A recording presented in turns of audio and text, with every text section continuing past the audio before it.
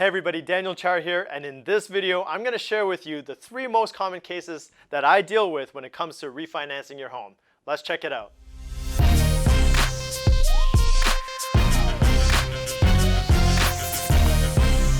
You have not enough minerals.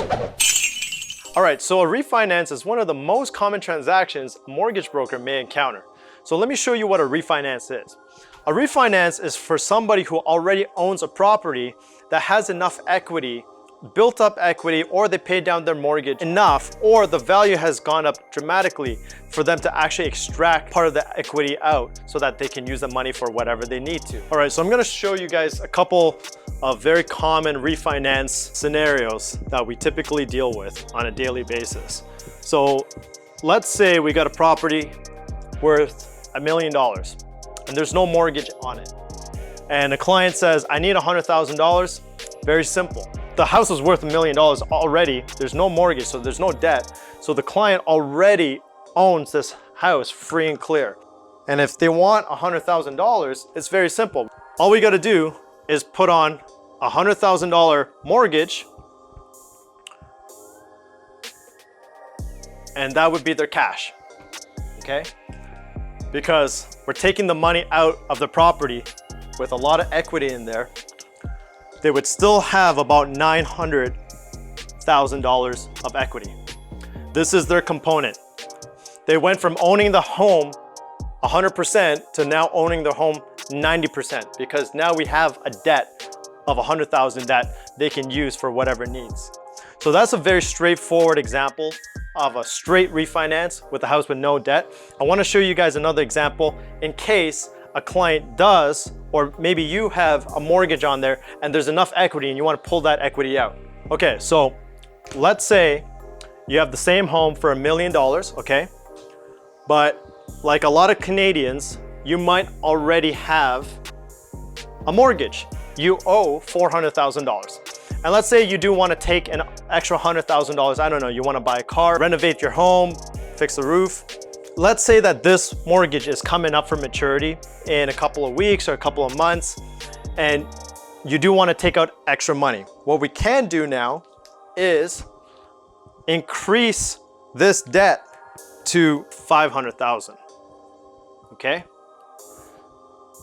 So you currently owe $400,000 and the maturity date's coming, and you want to pull out an extra $100,000, no problem.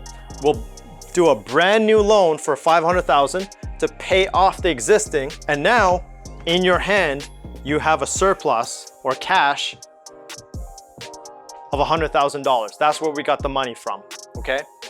So there's no penalties because it's already coming up for maturity. So just want to clarify, the first example I gave you, there's no debt. So we don't have to account for any previous mortgage. On this deal, there is an existing mortgage, so we have to account for that. So if we want to pull out an extra $100,000, we have to increase the debt by $100,000 to pay off the existing debt, and the surplus is what you, the borrower or the client, would get in their pocket. So I want to show you one final example of a refinance where the mortgage is not coming up for maturity. So let's say you still need $100,000, you have a mortgage here for $400,000, but let's say this. The maturity date was coming up and you went to the bank and you just signed a renewal paper. You renewed the deal for another 5 years in a fixed close mortgage. And then 2 weeks later, you found out, hey, I need $100,000 to pay for my kids' education, fix the car, fix the roof, fix the basement. Where am I gonna get this 100? We could do the previous example, but because you just signed a new deal on a fixed contract, the penalties would be massive if you were to break this contract. So all is not lost. What we could do is something called a second mortgage. So we would call this the first mortgage, okay? And what we could do is do a second mortgage going behind your existing mortgage and register another lien for $100,000 to give to you. All right, and the benefit of that is because you just signed the renewal papers and you're locked in for 5 years, it wouldn't make sense to pay this off. Like the previous example, you might be hit with a $20,000, $30,000 penalty. Who knows, depending on the deal you sign, right? So when we do it this way, we register second, there's no penalties at all, and you can get the money very fast within 2 weeks. So just to recap, it doesn't matter what your scenario is, as long as you have equity in your home, you can do a refinance, you can pull out equity. I wrote an 80% here, and that's the magic number. You wanna stay within 80% loan to value, LTV. That's the debt to the value of the home. So let's say we got this example over here. The value, that's the V over here, is $1 million.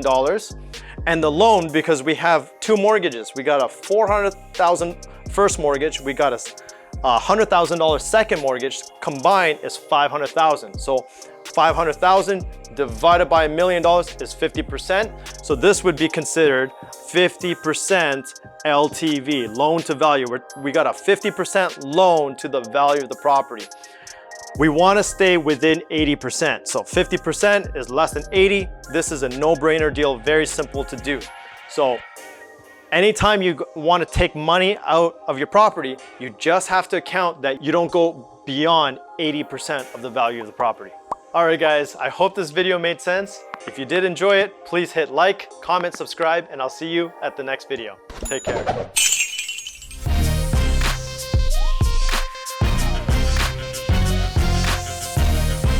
You have not enough minerals.